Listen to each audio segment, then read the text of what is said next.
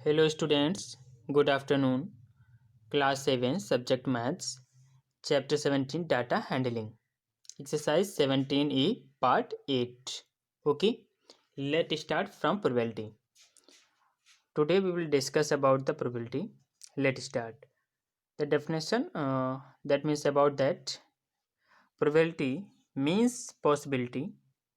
It is a branch of mathematics that deals with the occurrence of a random event. The value is expressed from 0 to 1. Probability has been introduced in maths to predict how likely events are to happen. The meaning of the probability is basically the extent to which something is likely to happen. This is the basic probability theory. Okay? Let x be the total number of trials of a random experiment. Then the empirical probability of the occurrence of an event is given by the formula P E का ये empirical formula है E लिखते हैं is equal to formula क्या होता है probability का बेटा number of favourable outcomes upon total possible outcomes okay ये फार्मूला होता है और इसी के फार्मूले के हेल्प से हम क्वेश्चन को सॉल्व करते हैं ओके फर्स्ट क्वेश्चन देखते हैं बेटा क्या है tell whether the following it is certain to happen impossible comma can happen but not certain ये जो बेटा स्टेटमेंट दिया हुआ है ठीक इसमें हमको प्रोबेबिलिटी बनानी है कि बतानी है कि it is certain to happen कि ये निश्चित है होने के लिए इम्पॉसिबल कि जो है असंभव है और तीसरा क्या है point can happen but not certain मतलब कि हो सकता है लेकिन श्योर नहीं है निश्चित नहीं है ये 3 पॉइंट से इसमें हमको जो है इसमें आइडेंटिफाई करना है पहचानना है तो देखते हैं फर्स्ट क्वेश्चन क्या है फर्स्ट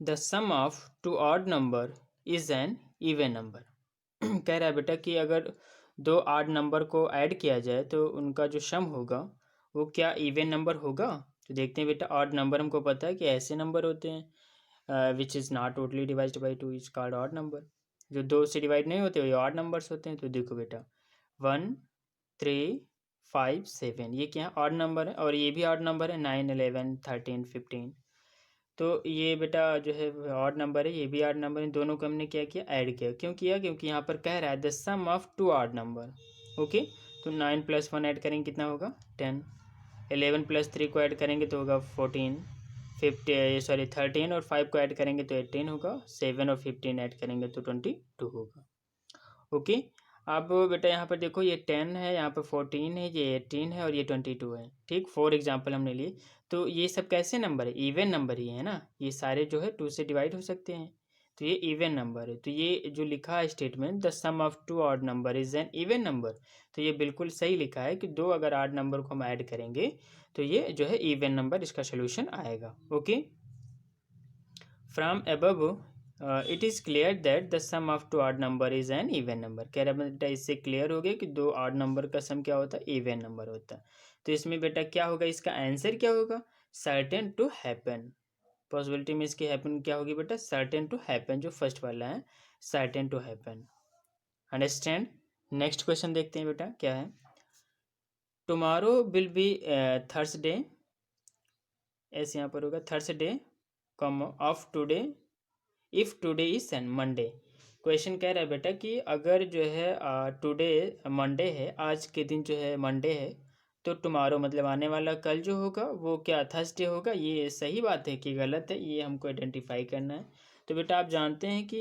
मंडे के बाद में क्या आता है ट्यूसडे आता है ठीक तो यहाँ पर ये कह रहा है कि मंडे के बाद में थर्सडे आएगा जो है ये स्टेटमेंट रॉन्ग है कि राइट है तो यहाँ पर बेटा ये जो है मंडे के बाद में कभी भी थर्सडे नहीं आता ट्यूसडे आता है तो इसका क्या होगा बेटा इम्पॉसिबल ये जो स्टेटमेंट है ये गलत स्टेटमेंट है और ऐसा होगा नहीं कभी तो ये क्या होगा इम्पॉसिबल क्लियर नेक्स्ट क्या है बेटा क्वेश्चन नंबर थर्ड और फर्स्ट का ही थर्ड है पॉइंट में if we toss a coin 8 times then tails comes up 3 times ठीक ये कह रहा है बेटा कि if we toss a coin, कह रहा है अगर किसी कॉइन को हम 8 टाइम्स जो उछालें ऊपर को सिक्का, तो then tails comes up 3 times. तो कह रहा है टेल जो है, हेड और टेल होते हैं दो, तो टेल जो है अप 3 टाइम्स, क्या 3 टाइम आ सकता है?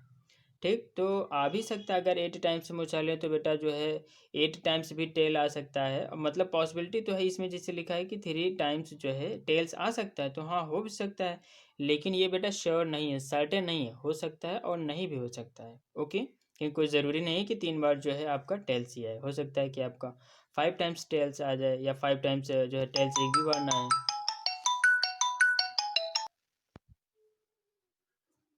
तो बेटा ये कोई ज़रूरी नहीं है कि अगर 8 टाइम्स हम किसी कॉइन्स को है जो उछालें, तो उसमें जो है 3 टाइम्स क्या है, टेल है। तो कैन हैपन, हो सकता है, बट नॉट सर्टेन।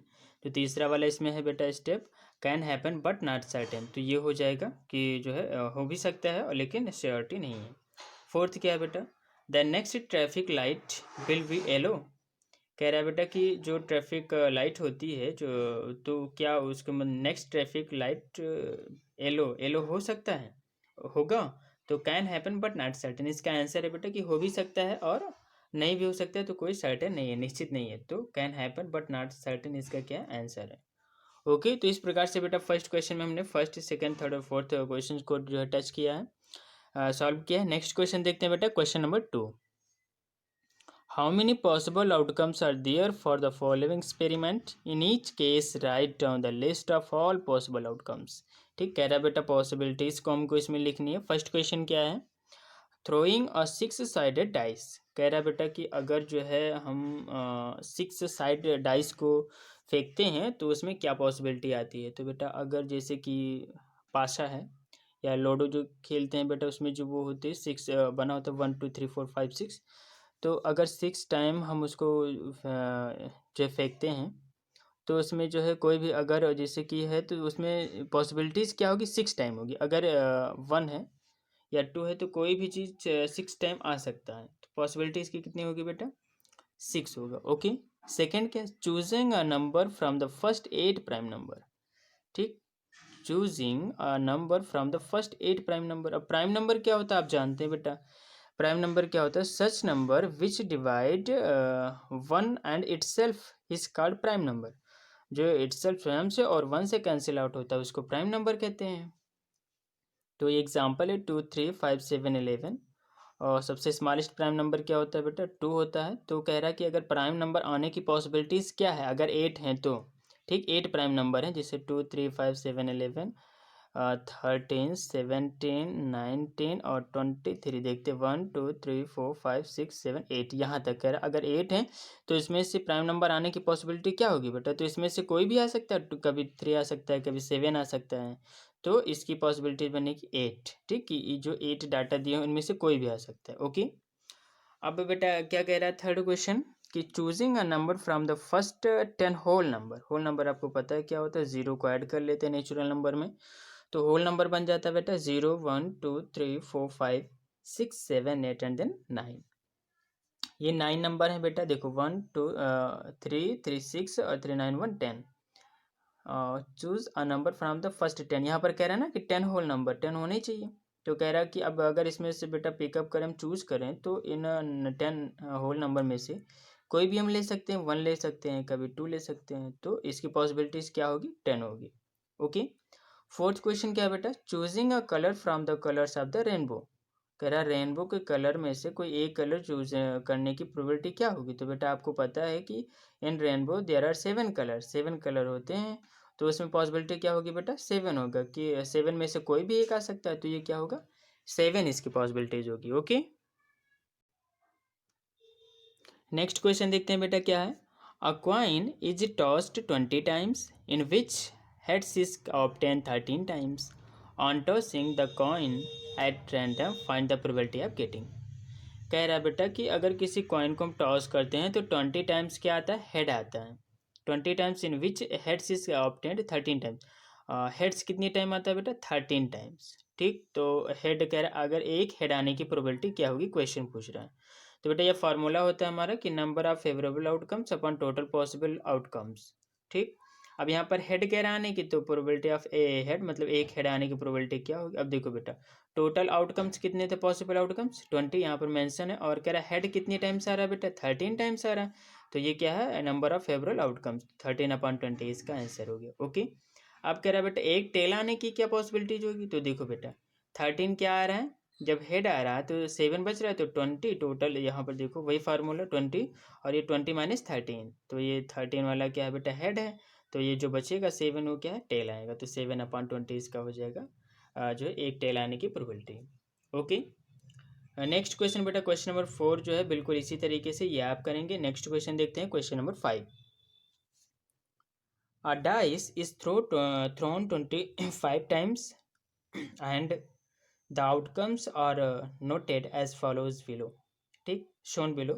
कह रहा है बेटा 25 टाइम्स से किसी डाइस को अगर हमने जो है फेंका है, तो उसमें जो आउटकम्स आया है वो यहाँ पर जो है शोन है, लिखा हुआ है। 1 कितनी टाइम्स आया बेटा, 5 टाइम्स आया। 2 कितनी टाइम्स आया, 6 टाइम्स। ये कितनी टाइम्स से रिपीट हुए यहाँ पर लिखा हुआ है।